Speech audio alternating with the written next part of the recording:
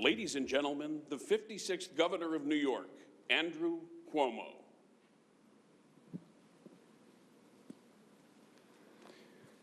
Well, good morning to all. Please welcome Lieutenant Governor Kathy Hochul, who is here with us today, and Controller Thomas DiNapoli, Attorney General Tish James, Senate Leader Andrea Stewart-Cousins, Speaker Carl Heastie, Senate Minority Leader Robert Orton, and Assembly Minority Leader William Barkley, who are all joining us electronically in this special year. Happy New Year to all. I believe it is with near universal relief that 2020 has come to an end, and I say amen. We now turn towards 2021 with a spirit of optimism that is grounded in experience.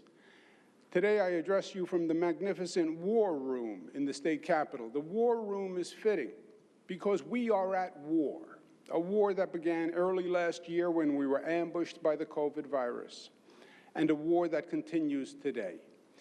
The artwork in this room reminds us that we have been at war before. It memorializes epic battles, the Revolution, the Civil War, World War I. It honors the unknown soldier, also reminding us today of our lost frontline heroes. And as our forebears before us, we will win this war, and we will be the stronger for it. Today, I'm called on to answer what is in most years a straightforward question, but at this time is anything but. What is the state of our state? Well, in some ways, it is like the state of the nation, and indeed the state of the world. We are hurt, we are frustrated, we are in mourning, we are anxious. We are shocked that an invisible enemy could wreak such death and destruction, especially in this, the wealthiest and most powerful nation on earth. And it was not only the virus itself that showed our vulnerabilities. It's that COVID created low tide in America, and the ugliness that lurked below the surface was exposed and became visible for all to see. The racial divisions, the religious tensions, the government incompetence, the healthcare disparities, the social injustice, and the danger of hateful leadership. New York is, of course, not immune to those currents.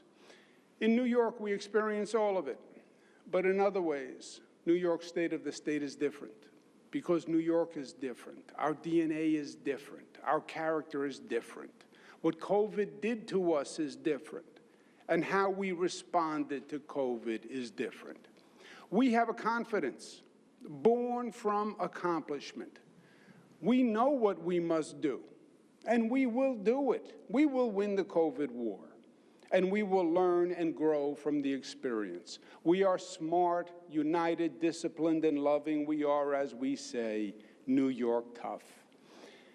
There are moments in life that can change a person fundamentally, sometimes for the better, sometimes for the worse. Likewise, there are episodes in history that transform society, and COVID is one of those moments. New York seized the moment for the crisis it is, but also the opportunity it presents. We understand the international trauma and disruption that COVID is causing. It has affected every aspect of society around the globe and generated new fundamental dynamics. Even this presentation today is different. Normally, it is given in the Albany Convention Center with thousands of people. Today, I'm speaking in person with a small group, but broadcasting, Zooming, and streaming, and in this new and different world, the audience is actually larger, not smaller. Technology and technology-based relationships, work from home, these are new realities that will have dramatic consequences. This next year, we will see economies realign and reset around the world. We see the risk and the peril, but we also see the promise and the potential. The question to be answered is, what will we make of this moment? Is it positive or is it negative? Do we move forward or do we move backward? Is America, is New York stronger or weaker in the post-COVID world? Those, my friends, are the questions that we alone will answer in 2021 because the future is in our hands. We built the greatest state in the country once before, and we will do it again. In normal times, a governor's State of the State address is issued on one day in one presentation. But these are no ordinary times.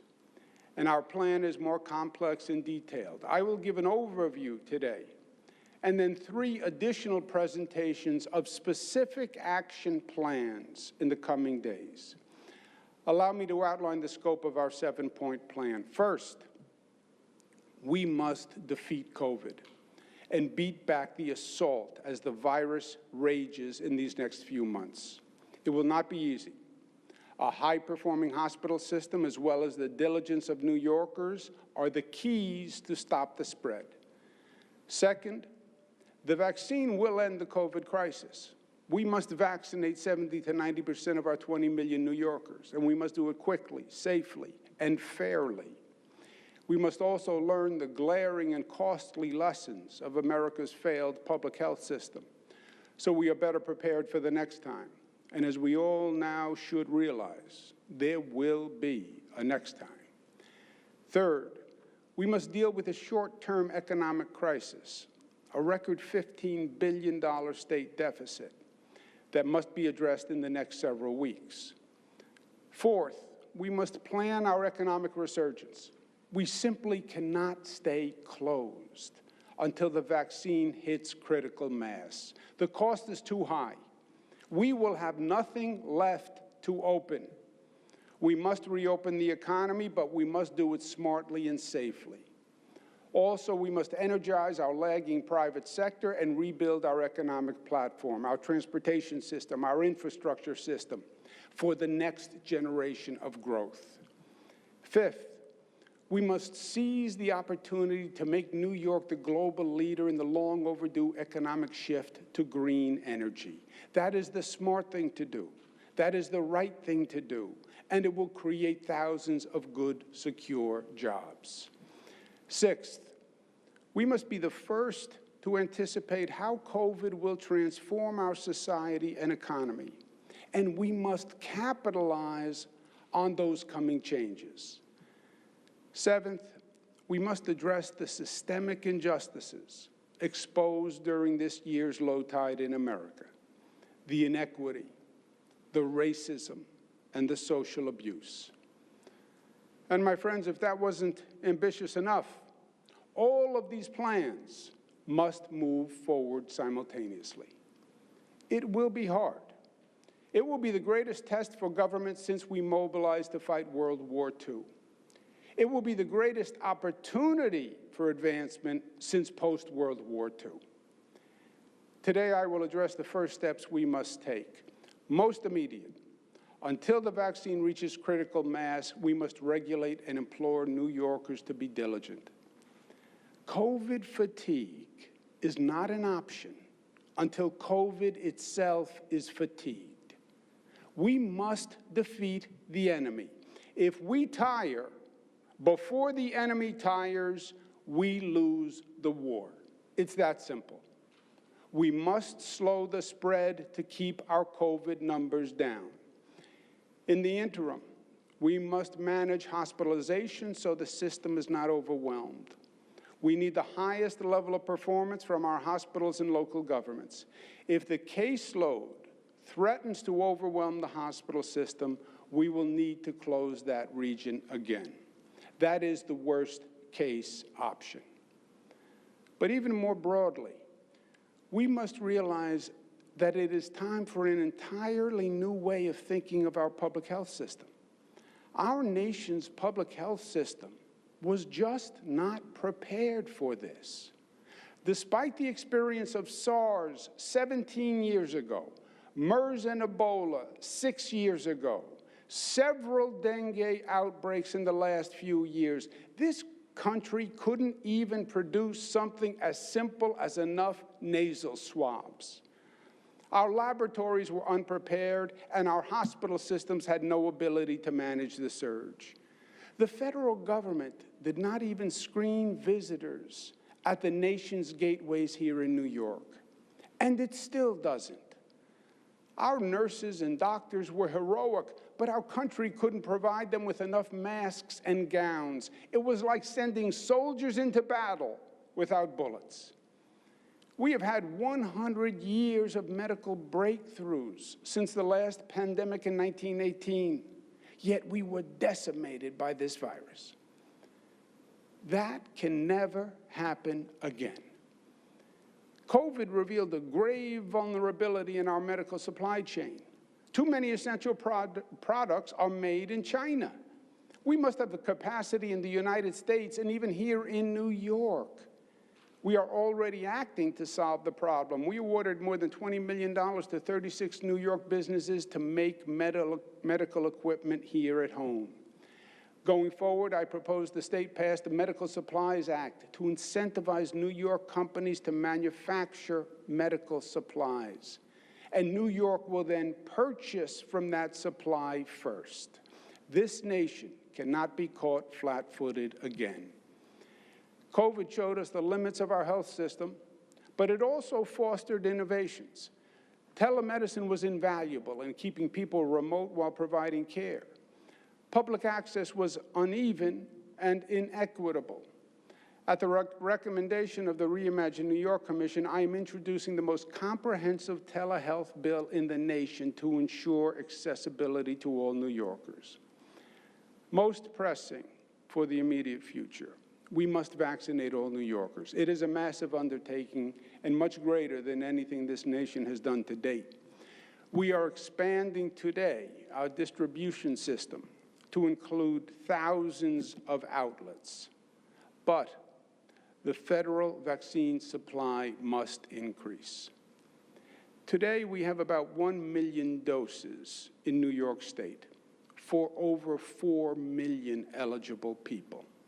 We only receive 300,000 doses per week from the federal government.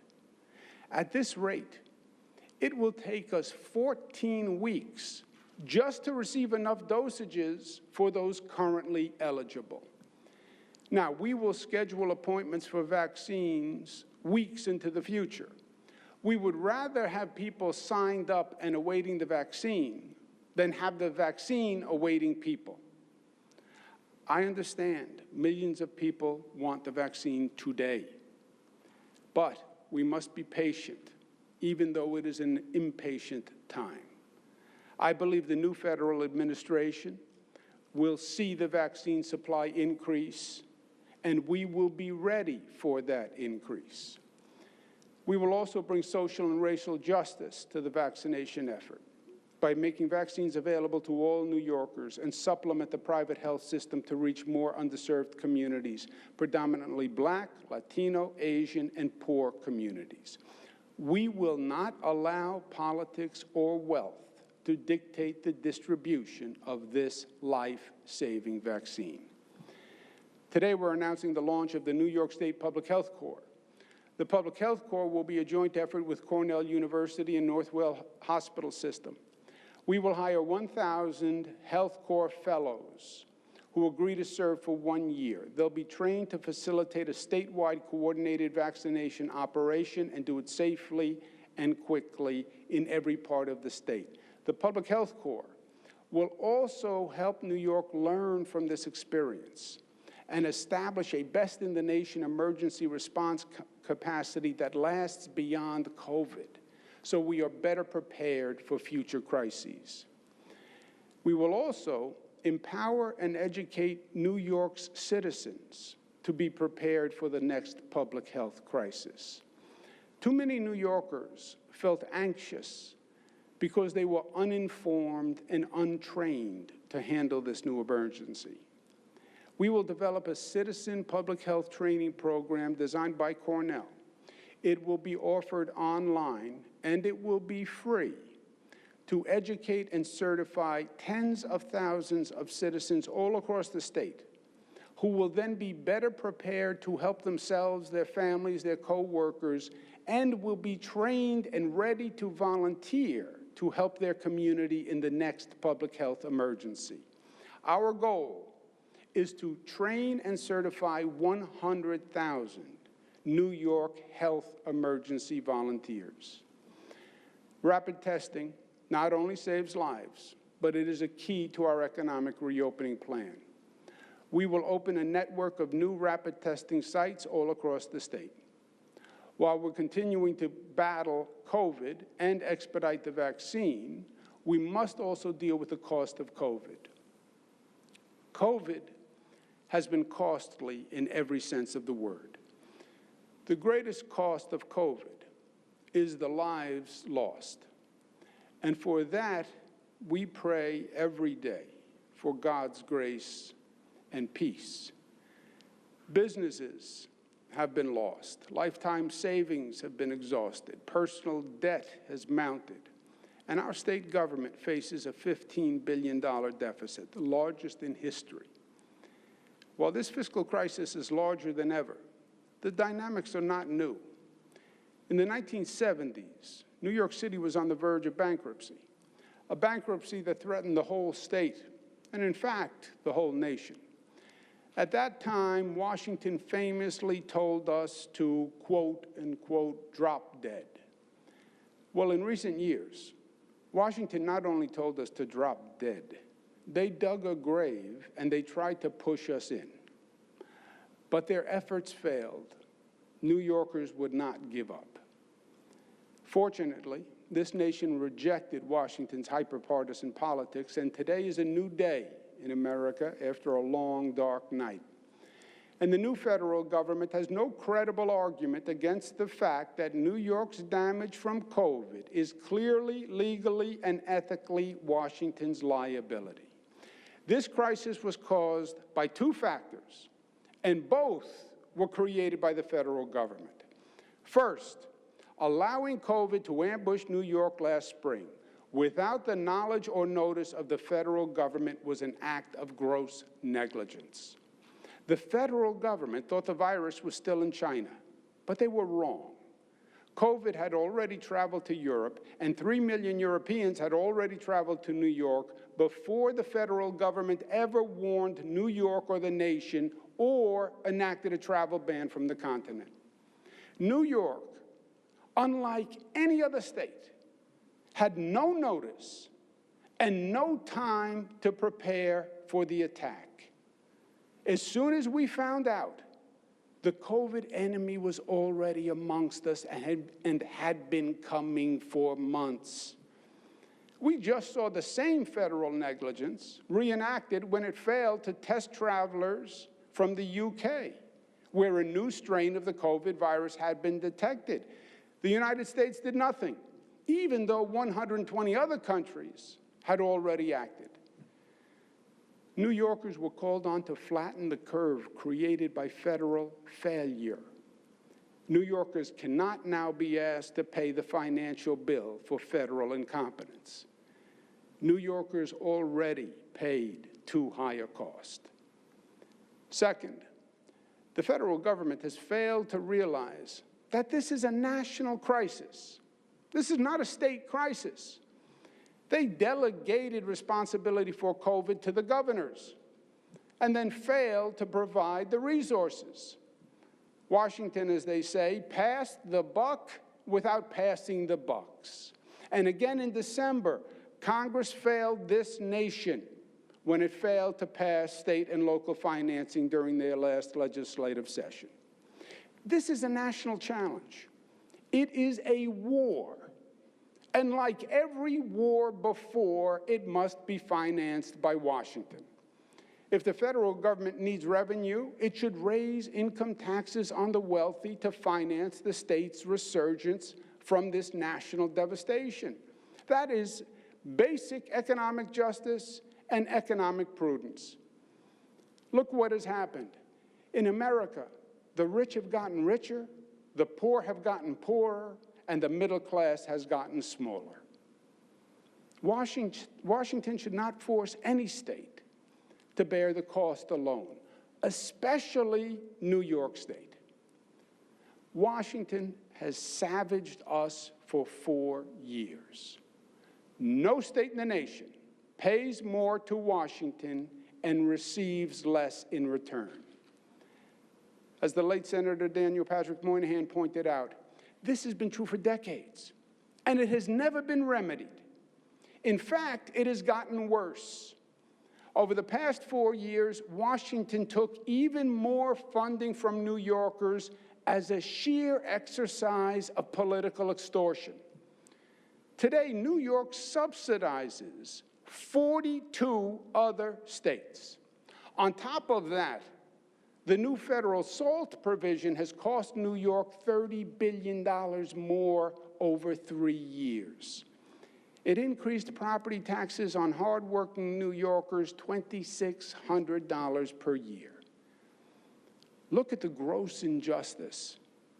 Washington raised our taxes to benefit other states, and those states then appealed to our residents to relocate to their lower tax states.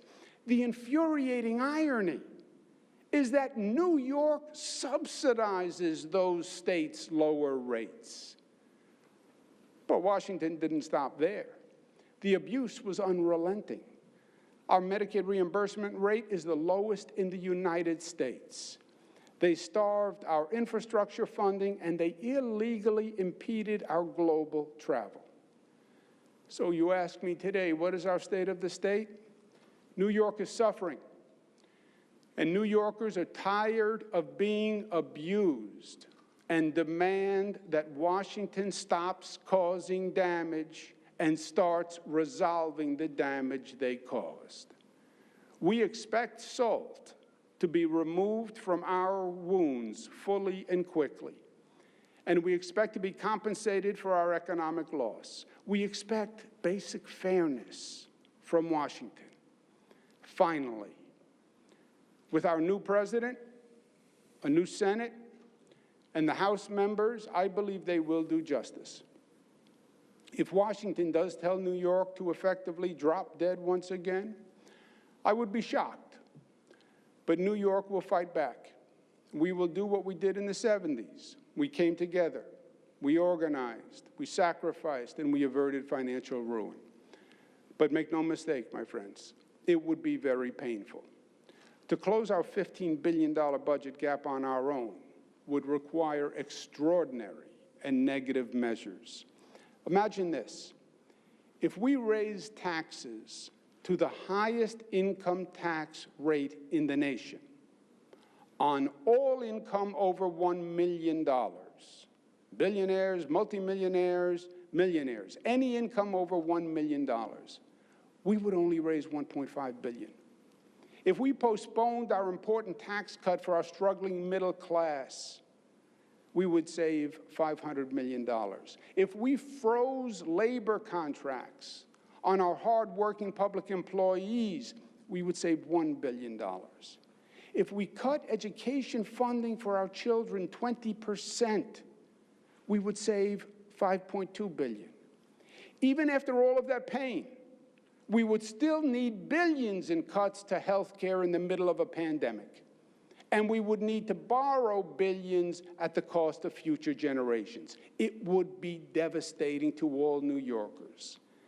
After 4 years of Washington's assault on New York, their inaction would compound their crime.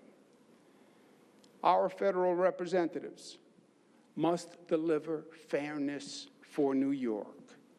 And they must do it quickly, because our budget is due April 1. Now, New York will do its part.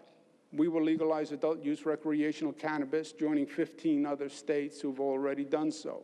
This will raise revenue and will end the overcriminalization of this product that has left so many communities of color over-policed and over-incarcerated. We propose state-sponsored mobile sports betting to raise additional funding. We are a fiscally responsible state. We only ask for an equitable partnership from Washington. Those, my friends, are the immediate issues for our focus: crushing COVID and the short-term economic consequences for our state. But that's just the beginning for us. As this room reminds us, after the war is when the reconstruction begins. And in the reconstruction is when progress is truly made. We must plan and start our post-COVID war reconstruction now to seize the advantage. And I will be outlining initiatives to do just that over the coming days. The truth is, we cannot stay closed until everyone is vaccinated. The economic, psychological, emotional cost would be incredible. We must begin increasing economic activity and using science to do it, making COVID testing and vaccinations available so that we can reopen restaurants and art spaces and theaters and commercial businesses. We just tested the concept with the Buffalo Bills playoff game, and early indications are that it was a great success. We must also aggressively plan for the post-COVID economic opportunities. How do we adjust to the new world dynamics? Our Reimagine Commission has been identifying those opportunities in telemedicine, broadband, and workforce retraining. We also need to jumpstart the economy now. We will commence the most aggressive construction and transportation development program in the United States of America. New air, road, and rail systems, upstate and downstate, more affordable housing, and more economic development to create jobs, and more jobs. FDR, a great governor of the state of New York and president, set the precedent. And New York State knows how to get things done. And New York State knows how to build. We've proved it over and over and over again, and now is the time to do it. We will also expand the infrastructure of tomorrow. The infrastructure of tomorrow is our broadband system. Today, broadband discriminates by race and income. We have invested $500 million to successfully expand broadband access, and 98% of the state now has access to broadband. But New York will also lead the nation now in making broadband affordable, because accessibility is not enough if it's not affordable. And because without affordable broadband, people are not just disconnected, they are disenfranchised. Broadband must be available to everyone, everywhere. And in New York, we will make sure it is. We will then launch the most aggressive green economy program in the country. COVID is the existing threat, but climate change is the existential threat. New York will be the green energy capital of the world. We will not only construct renewable projects, we will develop manufacturing capacity, research and development expertise, and state-of-the-art worker retraining, all here in New York, and we will do it this year. We will then set our sights to repair our social infrastructure. And that starts with our fundamental responsibility as a society and as a government to ensure public safety. Last year exposed the tensions between the community and the police more starkly than ever before. This is a national crisis. Feelings are deep and complex. Emotions run high on both sides. But divorce is not an option. We all need an effective public safety function. It's not just a question of criminal justice, but also social, economic, and racial justice. We have a scourge of gun violence. The victims of crime are predominantly poor, Black, and Latino. In New York City, in the last 6 months of 2020, there were over 1,200 shootings, double from 2019. Of those shootings, 94% involved Black or Latino victims, and well under half have been solved. There can be no economic revival without effective public safety. This is especially true for our cities. If the attractions of a city are reduced and crime is increased, urban decline is inevitable. That point has been made over and over again through the economic cycles in our cities, and we will not allow it to happen again. Public safety, like so many other functions, must adapt to the times. There are many new questions to answer. Does every 911 call require an armed police officer to respond? What role should mental health and domestic violence professionals play in public safety? What is the transparency and disciplinary policy? What is the use of force policy? But some elements are absolute. Mutual respect is absolute. Individual rights are absolute. Rejecting brutality is absolute. Allowing police to do their job and do it safely is absolute. But for most issues, there is no top-down solution, one-size-fits-all approach. We have 500 communities with police departments in New York, and each one must develop an approach that works for them. Now, I have said that each community must redesign public safety in a collaborative process, include all stakeholders, all opinions, all voices, have the conversation. And then they must pass a law instituting a new public safety function, and they must do it by April in order to receive state funding. This is an imperative for the state and every community within the state. Now, many communities have seized the opportunity and are already making good progress. In Steuben and Ulster counties, citizens and officials are using listening sessions and surveys to increase participation. Syracuse launched the Citizen Dashboard to track development and implementation of each reform. Schenectady has created a diverse citizen advisory panel to help evaluate new applicants for the police force. Yonkers is developing a new policy for dealing with people who are emotionally disturbed. Binghamton enlisted a professional institution to help in their redesign. And Salamanca has the distinction of being the first locality to complete and pass a new plan. April 1 is just weeks away. Elected leaders must lead, and people must engage now.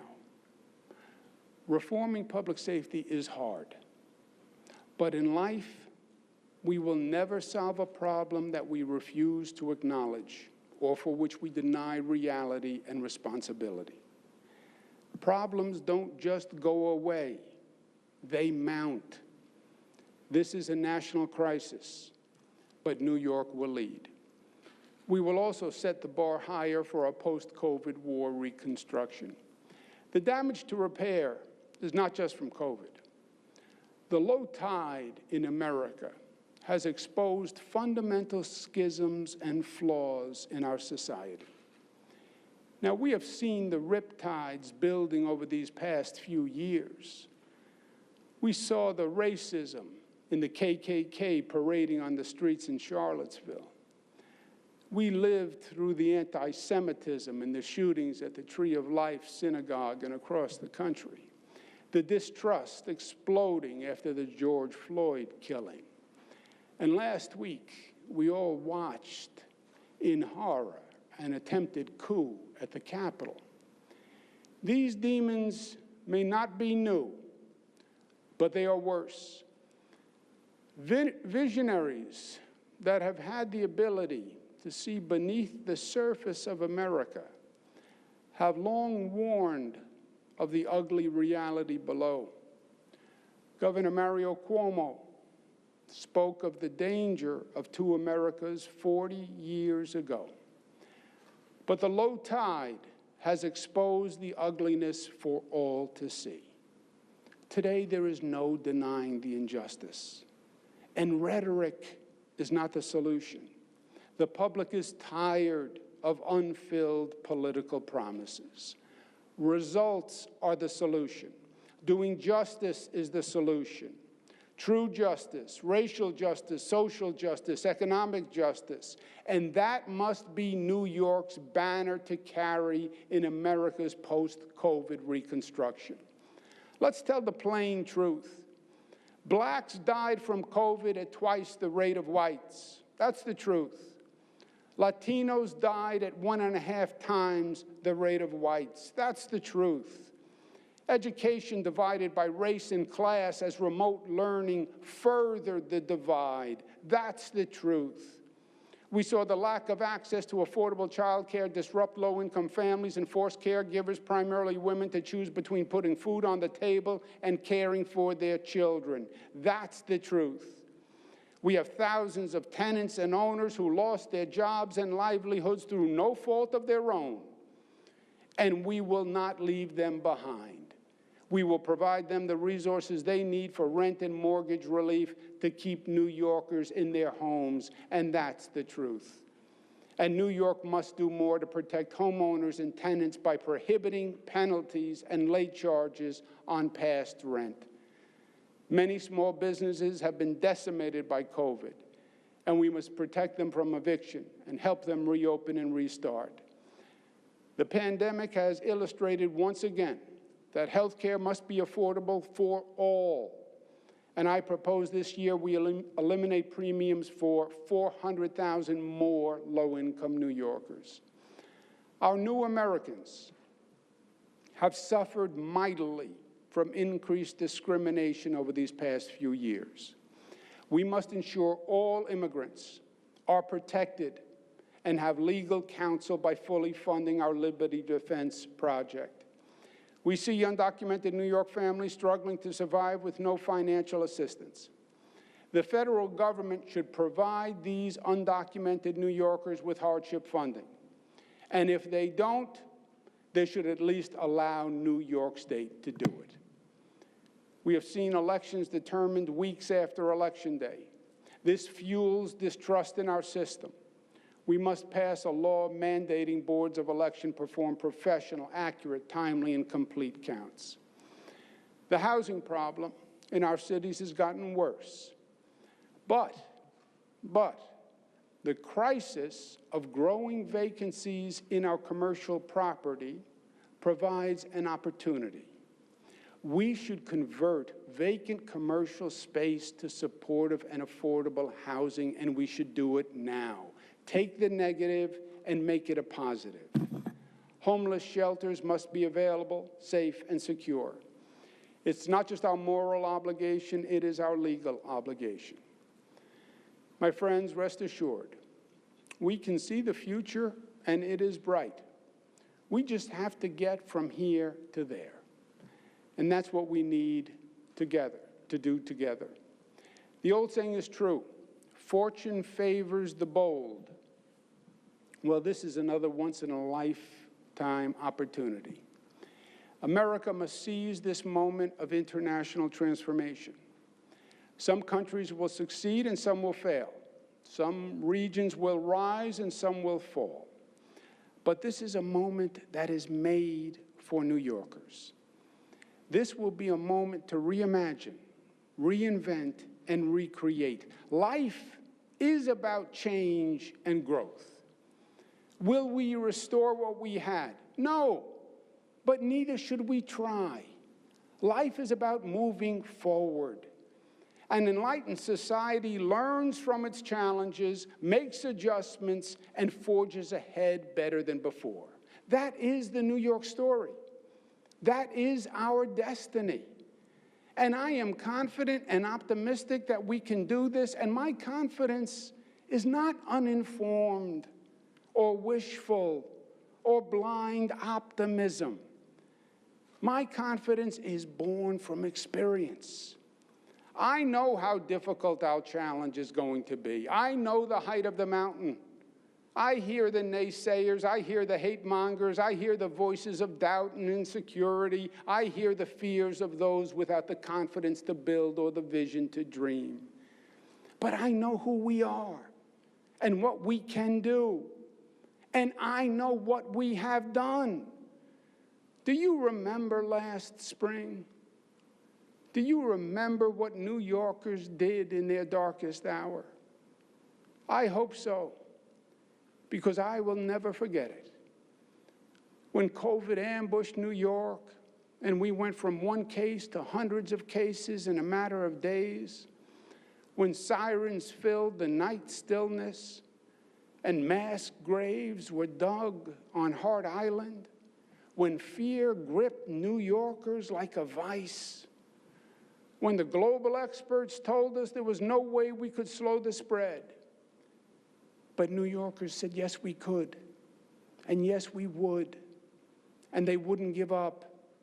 And New Yorkers united, and they rose to the occasion. That is New York at her best. That is the New York miracle. Time and again, we have heard the voices of doubt and defeat. The state can't do a budget on time. We can't enact common sense gun safety. We can't pass marriage equality. We can't raise the minimum wage. We can't fix subway tunnels. We can't build a new Tappan Zee Bridge. We can't turn around the Buffalo economy. We can't end the AIDS epidemic. We can't provide free college tuition for the middle class. We can't construct a new Penn train hall. They were wrong. We did.